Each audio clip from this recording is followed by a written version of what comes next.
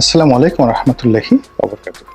সম্মানিত দর্শক, যে বিষয়টি নিয়ে এখন আজকে আমি আলোচনা করব, আমার নিজের মস্তিষ্কে এই বিষয়টি আগে কখনো আসেনি।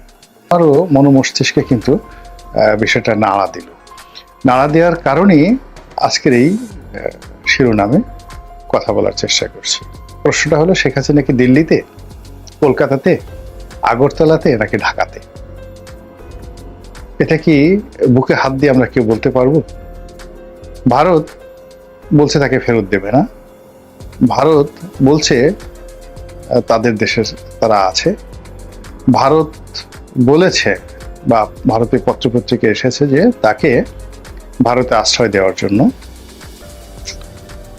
যাকে বলা হয় একটা পলিটিক্যাল ঐক্যমত হয়েছে। সমস্ত রাজনৈতিক দলগুলো বৈঠক করে তারা সেখানে তাকে স্থান দিয়েছে।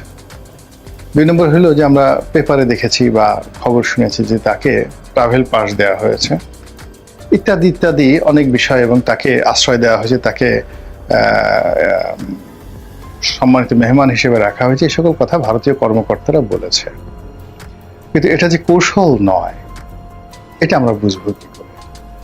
এর কারণ হলো, কেবল ভারত নয়, আমেরিকার মতো অনেক বড় বড় যাকে বলা হয় রাষ্ট্র, ইংল্যান্ড, তারা এরকম অনেক ক্ষেত্রে দেখা গেল যে কাউকে তারা জেলখানায় পুরে রেখেছেন, কিন্তু বললেন যে আমরা চিনি না, জানি না কোথায় আছেন, বা তাদের জিম্মায় রয়েছে, মেহমান হিসেবে রয়েছে, তারা হয়তো প্রচার করলো মেরেই ফেলা হয়েছে। এরকম অনেক ঘটনা বড় বড় রাষ্ট্রগুলো ঘটে। এখন শেখ হাসিনার ক্ষেত্রে বাস্তব অর্থে কি ঘটেছে, এটি আমরা ভারতীয় ন্যারেটিভ, ভারতীয় পত্রপত্রিকার খবর এবং আমাদের দেখা কিছু দৃশ্য এবং একই সঙ্গে আমাদের কিছু ন্যারেটিভ, এইগুলোকে মিলে আমরা বোঝার চেষ্টা করছি যে তিনি ভারতে আছেন। কিন্তু প্রমাণ কি?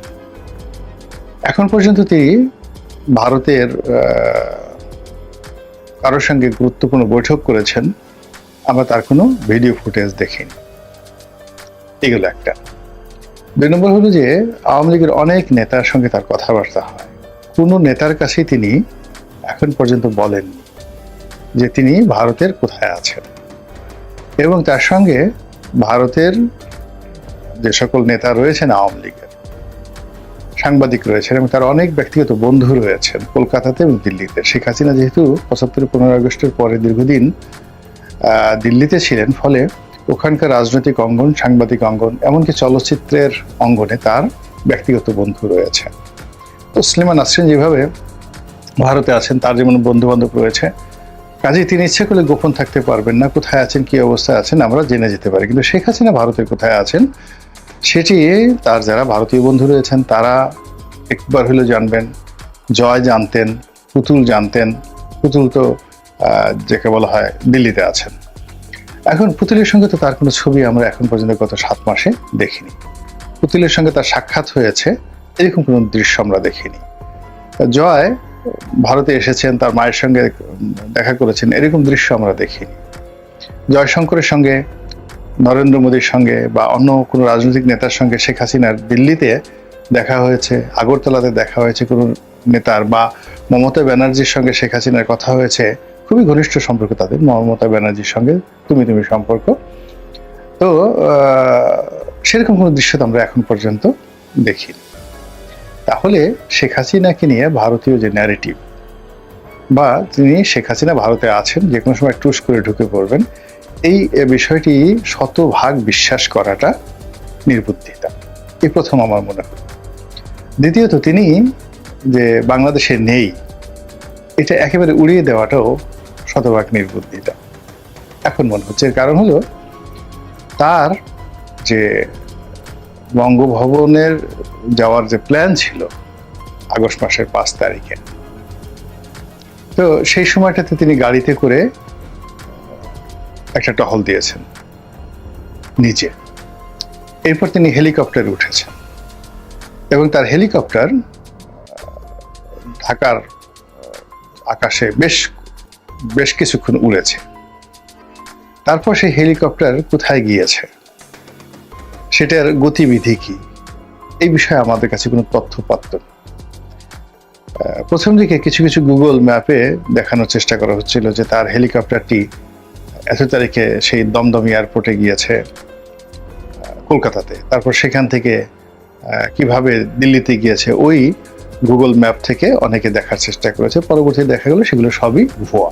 এর কারণ হলো এখান থেকে যে বাংলাদেশ থেকে ন্যারেটিভ তৈরি করা হয়েছে সেটি মোটামুটি এরকম দাঁড়ায় যে হেলিকপ্টারে করে গণভবন থেকে তিনি মূলত গেছেন ঢাকা এয়ারপোর্টে, এবং ঢাকা এয়ারপোর্ট থেকে একটা সামরিক বিমানে করে তিনি গিয়েছেন আগরতলাতে, এবং আগরতলা থেকে আরেকটি সামরিক বিমানে করে তিনি দিল্লিতে গেছেন, এবং দিল্লির একটি নিষিদ্ধ নিরাপত্তা বলয়ে, দিল্লি বিমানবন্দরের কাছাকাছি একটা নিষিদ্ধ নিরাপত্তা বলয়ের ঘেরাটোপে তাকে রাখা হয়েছে।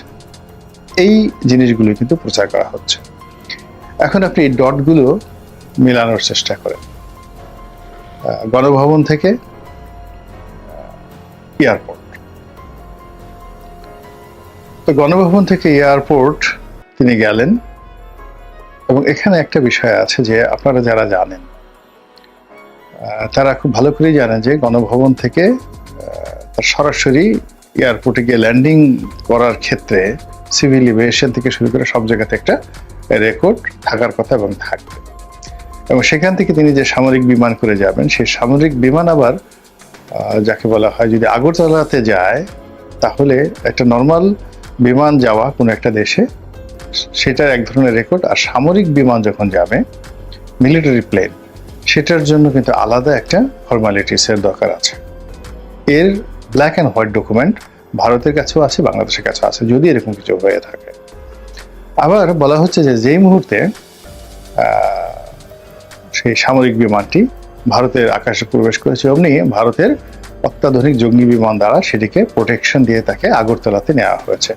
মানে পুরো জিনিসটির মধ্যে একটা জেমস বন্ড প্রকৃতির যাকে বলা হয় ভাইব তৈরি করা হয়েছে। ফলে আমরা অনেকেই সেই ভাইবের সাথে এতদিন ধরে বগল বাজাচ্ছি। ইতিমধ্যে শেখ হাসিনা টেলিফোনে কথা বলেছেন, তারপরে অডিও কলে তিনি বেশ কয়েকজনের সঙ্গে কথা বলেছেন এবং নিজে সেগুলো ভাইরাল করেছেন, দলীয় নেতাকর্মীদের সঙ্গে লন্ডনে আমেরিকাতে কথা বলেছেন, কিন্তু কোথাও তার ভিডিও ফুটেজ কিন্তু দেখা যাচ্ছে না। এবং একইভাবে কিন্তু আরও কয়েকজন লোকে যেমন মোহাম্মদ আরাফাতের কোনো ভিডিও ফুটেজ আমরা দেখতে পাচ্ছি না। এবং আপনারা জানেন যে ক্যান্টনমেন্টে যখন শেখ হাসিনাকে বিদায় জানানো হয়, মানে গণভবনে, ঠিক সেই সময়টাতে কিন্তু মোহাম্মদ আরাফাত সেখানে ছিলেন, তারপর সালমান এফ রহমান সাহেবও কিন্তু ওখানে ছিলেন।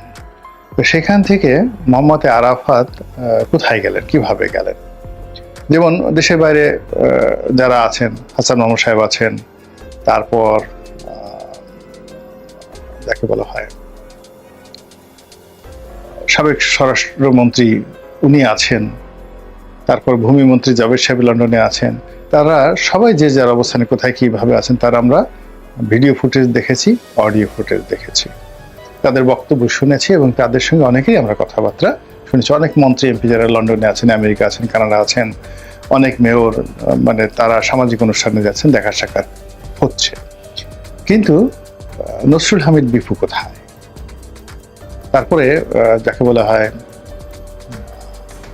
মোহাম্মদ আরাফাত কোথায়? উবায়দুল কাদের সাহেব কোথায়? জাহাঙ্গীর কবির নানক সাহেব কোথায়?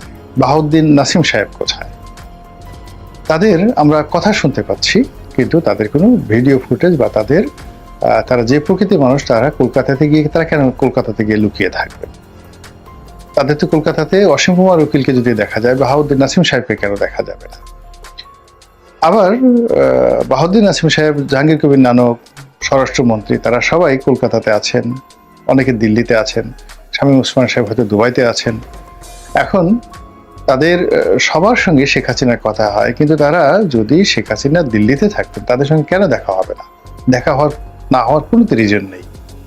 কিংবা ভারতীয় কর্মকর্তাদের সঙ্গে কেন তার দেখা হচ্ছে না? দেখা হলে তো একটা স্টিল ছবি হলেও লিকেজ হয়ে যায়।